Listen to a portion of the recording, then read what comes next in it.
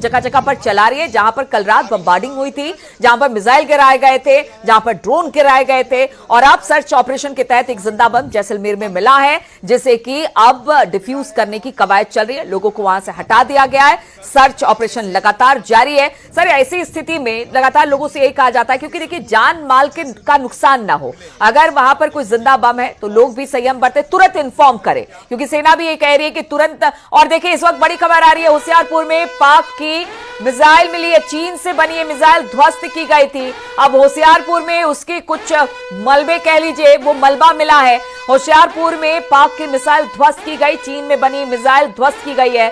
होशियारपुर से ये संदिग्ध मिसाइल मिला है और ये बड़ी खबर सामने आ रही है। कल जिस तरह से ताबड़तोड़ मिसाइल दागी गई, वहां पर फाइटर प्लेन बताया जा रहा है कि सर हम अपनी सीमा में ही रहकर फाइटर प्लेन को उड़ा रहे थे, लेकिन ऐसा कुछ नहीं है। जिस तरह के हमले हुए हैं, लगता है अंदर तक दाखिल हुए।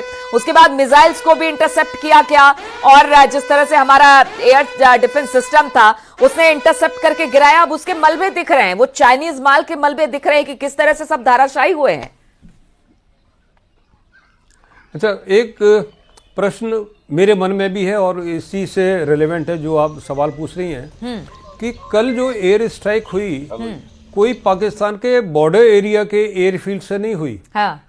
डीप इनसाइड द पाकिस्तान ये फ्लाइट टेक ऑफ करती हैं, और क्या लॉजिक रहा होगा if it is not panic, अगर डर का माहौल नहीं है और उनको ये अंदेशा रहा होगा कि यहां तो उड़ने से पहले बर्बाद कर दी जाएंगे, कम से कम उनको ये अपने इंटरनल कॉन्स्टिट्यूंसी को सेटिस्फाई करने के लिए कि हमारे हवाई जहाज उड़े, पाकिस्तान से उड़े, हिंदुस्तान के बॉर्डर में गए और वहां कुछ कार्रवाई करके वापस आ गए, ये दिखाना था उनको इंटरनल कॉन्स्टिट्यूंसी, क्योंकि हालत तो बुरे पाकिस्तान में बहुत ज्यादा है। तो ये जानबूझ के किया कि अंदर के एयरफील्ड से ये टेक ऑफ किया फाइटर प्लेन ने, क्योंकि बॉर्डर एरिया में तो टेक ऑफ करने की भी गुंजाइश नहीं थी कि उड़े उससे पहले ही बर्बाद कर दिया जाए।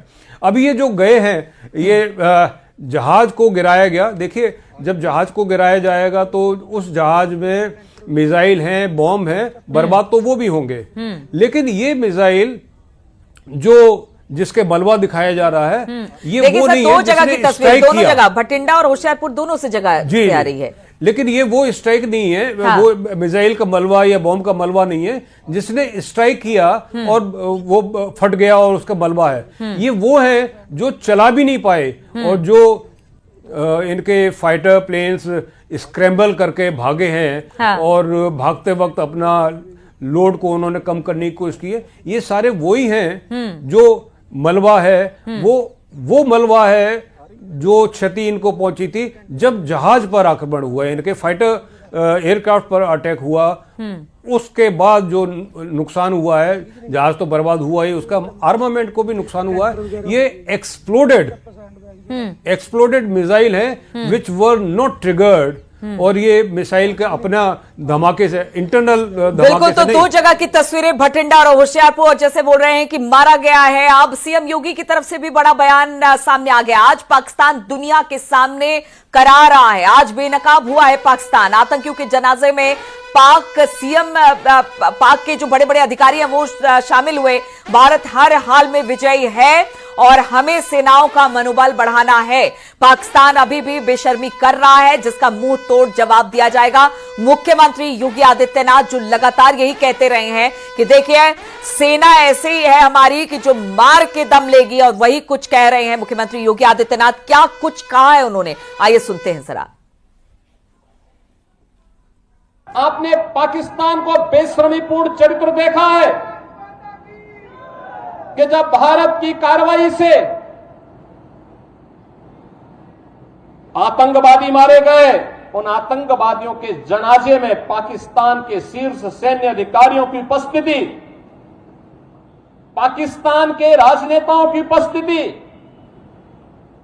दुनिया की आंखों को खोलने वाला होना चाहिए कि पाकिस्तान आतंकवाद को प्रश्रय ही नहीं देता, बल्कि आतंकी गतिविधियों में सीधे सीधे लिप्त है। और उसकी संलिप्तता इस बात को दिखाती है कि पाकिस्तान अब अपने वजूद के लिए जूझता हुआ दिखाई देगा।